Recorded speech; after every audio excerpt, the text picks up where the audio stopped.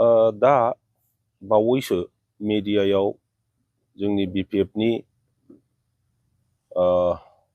आफादगिरि मानाव गेदेर हाग्रामा महिलारिनि सम्पर्के माखासे नेगेटिभ प्रजेक्ट खालामनाय डिसकास खालामनाय बेखौ जों नुबाय थादों। बेखायनो आङो रायजो राजाफोरनिसिम फंनैसो मा जामारदों बेखौ आं फोरमायनो लुबैदों। BPFआ माब्लाबाबो खुनु धोरोमारि जाथि एबा भाषा भाषिनि एगेन्स्ट नङा। BPFआ हाग्रामा महिलारिनि दैदेननायाव 15 बोसोर BTC सालायबोदों आरो बे 15 बोसोराव बिथाङा गासिबो धोरोमारि मानसिफोरखौ लानानै गासिबो जाथि गस्थिखौ लानानैनो मोजाङै BTCआव जौगानाय खामानिखौ मावबोदों। BPFनि गोबांथार दैदेनगिरिफ्रा ख्रिस्टियान समाजनि। रिहन दैमारि बिथाङा ख्रिस्टियान केबिनेट मन्थ्रिमोन। प्रमिला रानी ब्रह्म बिथाङाबो ख्रिस्टियान केबिनेट मन्थ्रि बानायबोदोंमोन बिथांखौबो। इमानुएल मुसाहारि बिथाङाबो ख्रिस्टियान BPFनि बिथाङा जेनेरेल सेक्रेटारिमोन। माजेन नार्जारी बिथाङाबो ख्रिस्टियान BPFनि MLA मोन। रेवरिया नार्जिनारी बिथाङाबो ख्रिस्टियान बिथाङाबो BPFनिफ्रायनो EM मोन आरो BTCनि स्पिकारमोन। जेम्स बसुमतारी बिथाङाबो ख्रिस्टियान बिथाङाबो BTCनि BPFनिफ्राय EM मोन। बेबायदिनो गोबांथार ख्रिस्टियान मानसिफ्रा जोंनि BPFनि दैदेनगिरिमोन। दा दिनैनि परिस्थितियाव मानाव गेदेर जोंनि आफादगिरि बिथाङा BTCआव UPPLनि जि गभर्नमेन्ट बे गभर्नमेन्टआ सारा BTCआव जौगानायनि खामानि मावनो हायाखिसै। मोनफ्रोमबो जाथि गस्थिया दिनै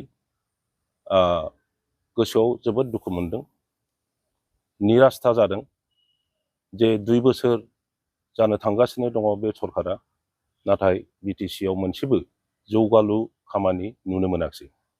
बेखायनो BPFनिफ्राय आरो स्पेसियेलि जोंनि आफादगिरि बिथाङा बे सरकारखौ सोलायनानै बोरैबा BPF दैदेननाय सरकार दानो हागोन नामा बेखौ जोंनि दोलोनिफ्राय सेस्था खालामबाय थानाय जादों आरो बेखौ लानानै गोबां सावरायनाय जादों।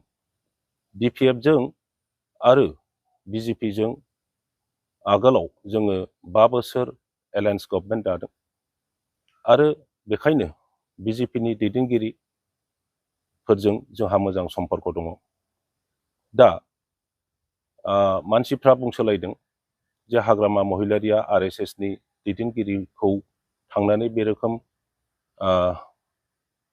रायज्लायहैनो नाङामोन। बेयो गोदान खोथा नङा। दिनै सारा देशआव BJPआ सरकार दादों, आसामावबो BJPआनो सरकार दादों आरो BTCआवबो BJPआ UPPLजों सरकार दानानै दङ। UPPLनि दैदेनगिरि बिथांमोनहा सरकारखौ सालायनायनि बेलायाव जेब्लाबो बर' दैदेनगिरि प्रमद बर'निफ्राय आरम्भ खालामनानै बयबो BJPनि दैदेनगिरिफोरजों अखानायब्लानो रायलायो आरो RSSनि दैदेनगिरिफोरखौबो लोगो मोनफ्लायबाय थायो। दा जोंनि आफादगिरि हाग्रामा महिलारि बिथाङा RSSनि दैदेनगिरिखौ लोगो हमहैनाया बियो गिदिर खोथा नङा। बेखौ रावबो गाज्रि मोननो नाङा। जोंनि BTCनि मोजांनि थाखायनो निस्सय बिथाङा माखासे आइडिया लानानै बा मोजांनि थाखाय बिथाङा हयथ' बे खामानिखौ मावहैदों। आं दहायनो बुंखाबाय जे BPFआ खुनु धोरोमारि मानसिफोरनि एगेन्स्ट नङा, खुनु जाथि गस्थिनि एगेन्स्ट नङा। दा मा परिस्थितियाव जोङो टिभियाव नुनाय बायदि ख्रिस्टाननि सम्पर्के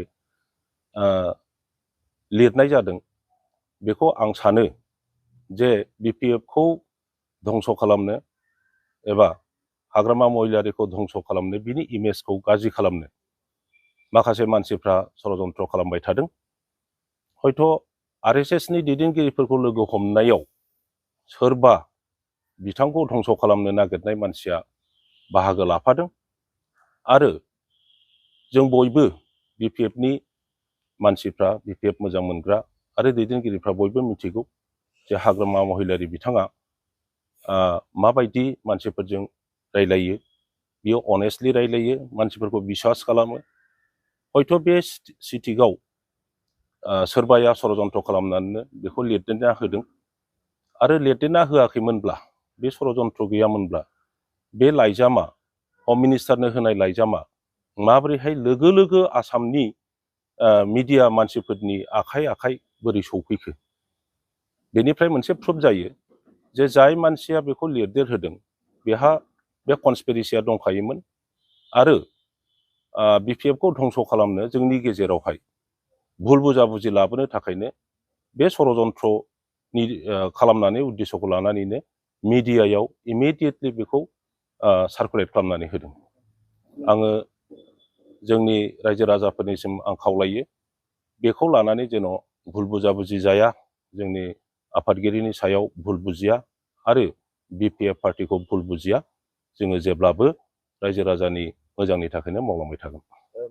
बेखौ ओरैनो मानसिफ्रासो सानदों, नाथाय जों मिथिगौ बिपिएफआव बे रोखोम डिसकासनबो जायाखै, सावरायनाय जायाखै आरो हाग्रामा महिलारिया गाव दानाय, गाव सालायबोनाय बे बिपिएफ हान्जाखौ नागारनानै गुबुन हान्जायाव थांनायनि खुनु मतलबबो गैया आरो जोंनि मिथिनायाव, जोंनि बुजिनायाव बियो बिजेपि जाया।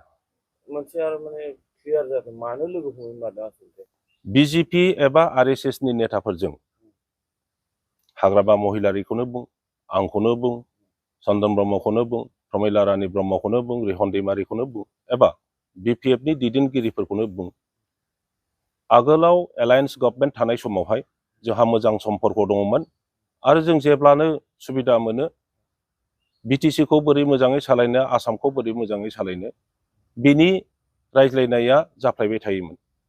दा बिटिसिआव जिहेतु इउपिपिएल सरकारा रायजो राजानि मोजां मावनो हायाखै, बेखायनो बे सरकारखौ बोख्लायनानै बिजेपि आरो बिपिएफ एलायन्स खालामनानै गोदानै सरकार दानानै मोजाङै सालायनो आरो ओनसोलाव जौगानायनि हाबा मावनो बे उद्देश्यखौ लानानैनो बिथाङा निस्सय सावरायनो थांदों।